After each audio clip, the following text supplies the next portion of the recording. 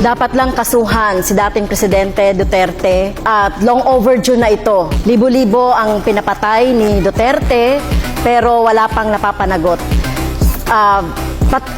Sinasabi natin dito na dapat ay yung kaso na ito ay matagal na, pati na rin siguro. Senator De La Rosa? Sagot ko dyan is conditional, no? Hybrid. Pwedeng yes, pwedeng no. Yes, in the sense na nobody is above the law. Kapag mayroon siyang nagawang kasalanan, kasuhan natin. Pero kung wala naman siyang nagawang kasalanan, huwag mo siyang kasuhan base doon sa kaso ng ibang tao. Because guilt is personal. Huwag po nating ipaangkin kay Pangulong Duterte yung kasalanan ni Ninja Caps. Kaya po, after 3 years na tapusan sa pagulong, walang kaso. So, mismong siya, si President Duterte, ay umamin na pumatay siya ng tao. Kaya kailangan siyang kasuhan.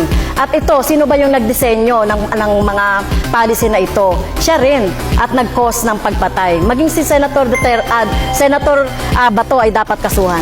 Gigil na gigil kang kasuhan si Pangulong Duterte at ako ng mga kaso na hindi mo kami malilink.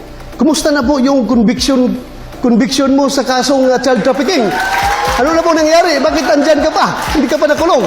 Ang ordinaryong tao nagtatanong, porque congresswoman ka, hindi ka nakulong.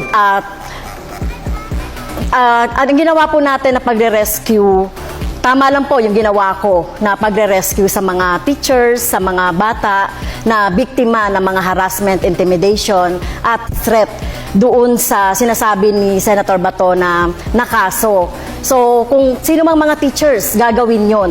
Ano pong rescue na pinagsasabi niya? Na yung mga parents ng mga bata mismo ay galit na galit sa kanya. Bakit ginamit niya yung mga kabataan para sa kanilang kapakanan? Walang rescue nangyari doon. In fact, konbiktado ka sa kaso eh. There was no rescue.